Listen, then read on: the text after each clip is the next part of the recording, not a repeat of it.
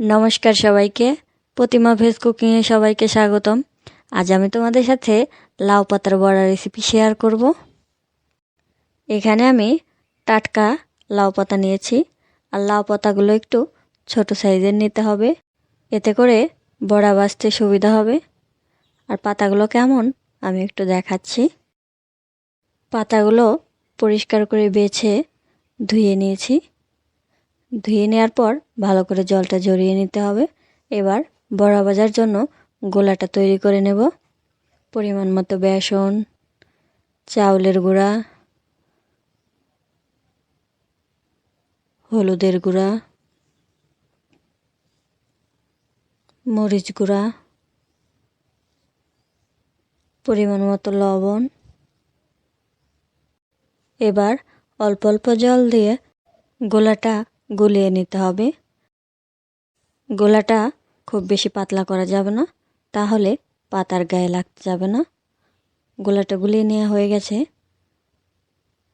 এবার লাউ পাতাটা ভাজ করা দেখাবো। প্রথমে দুই পাশ থেকে ভাজ করে নিতে হবে, তারপরে মাঝ বরাবর একবার ভাজ করে নিলেই হয়ে যাবে। দেখো, ভাজ করা হয়ে গেছে।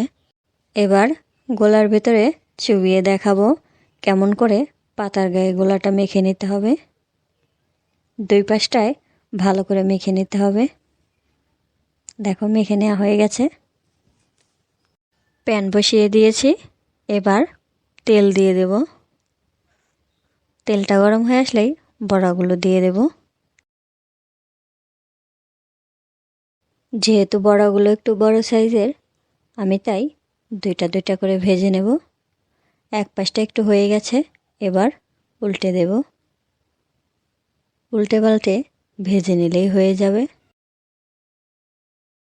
তোমরা যদি কখনো এই লাউ পাতার বড়াটা না খেয়ে থাকো, আজকের এই রেসিপিটা দেখে একদিন অবশ্যই বানিয়ে খেয়ে দেখবে। আশা করি খুবই ভালো লাগবে। আর কেমন লাগলো সেটাও কিন্তু কমেন্ট করে জানাবে। লাল লাল করে ভেজে নেওয়া হয়ে গেছে, এবার তুলে নেব। আজকের এই রেসিপিটা কেমন লাগলো অবশ্যই কমেন্ট করে জানাবে। সবাই ভালো থাকবে, সুস্থ থাকবে। নমস্কার।